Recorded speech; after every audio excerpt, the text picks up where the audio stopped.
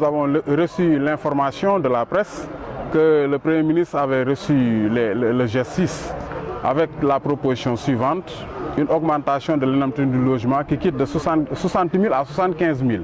Et les organisations syndicales veulent de 60 000 à 100 000.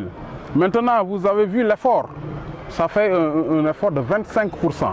Et je lance un appel à nos responsables syndicaux. Les responsables syndicaux ne sont pas des politiciens, ils ne font pas partie de l'opposition. Ce sont des gens responsables, mûrs et matures.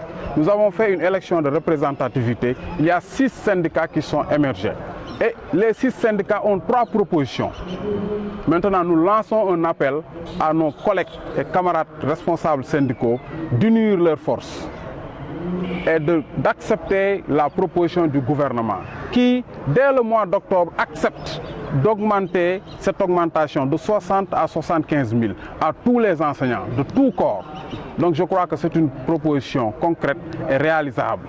Maintenant, si nous nous attardons à tirer la queue du diable, nous risquons de ne pas voir le diable. Et je lance un appel à nos responsables syndicaux à ne pas se faire manipuler par ces mains politiciens. Et je sais bien ce que je dis.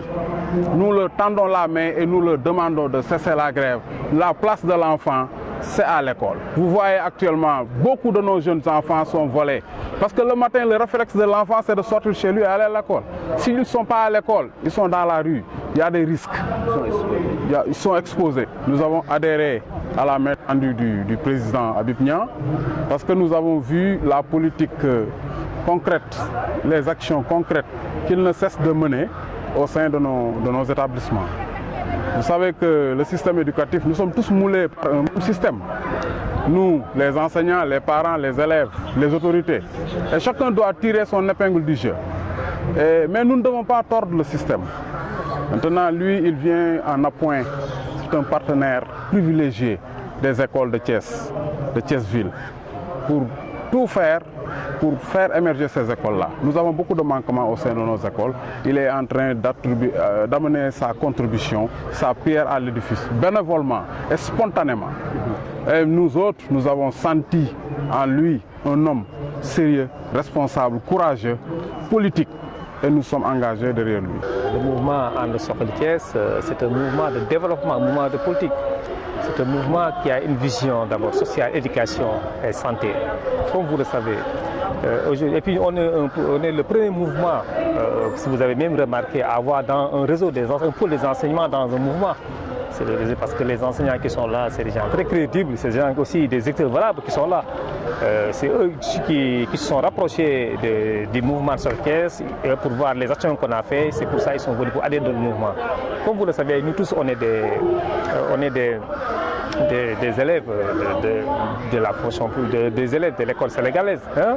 Donc notre objectif, c'est de quoi? Vraiment, c'est de pérenniser, c'est quoi? C'est de contribuer vraiment au développement de l'éducation de nos enfants. C'est pour ça qu'aujourd'hui, je suis très fier d'être aujourd'hui avec mes frères, mes sœurs, le réseau des enseignants du And Soxali Thiès pour les accompagner sur les actions, pour les accompagner vraiment pour prioriser les actions. Comme j'ai toujours l'habitude de le dire, nous, notre vision, c'est quoi?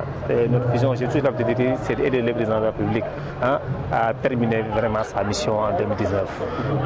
Et comme vous le savez, les enseignants, vraiment, c'est des gens vraiment louables. Vraiment des gens sincères et consensuels. Moi, ce que j'attends vraiment, c'est juste une massification. Et puis aussi que ce que j'attends, vous savez, comme le président a beaucoup fait dans l'enseignement. Donc, ce que je suggère aux enseignants vraiment d'avoir un peu. Parce que présentement, on est en pression électorale. Ce n'est pas le moment vraiment de demander des revendications. Je pense que maintenant, le président est très conscient maintenant des revendications des enseignants. En tout cas, moi, ce que je vous dis aux enseignants du mouvement And Soxali Thiès, vraiment de garder le sang-froid et dire que je suis leur avocat au niveau du président public.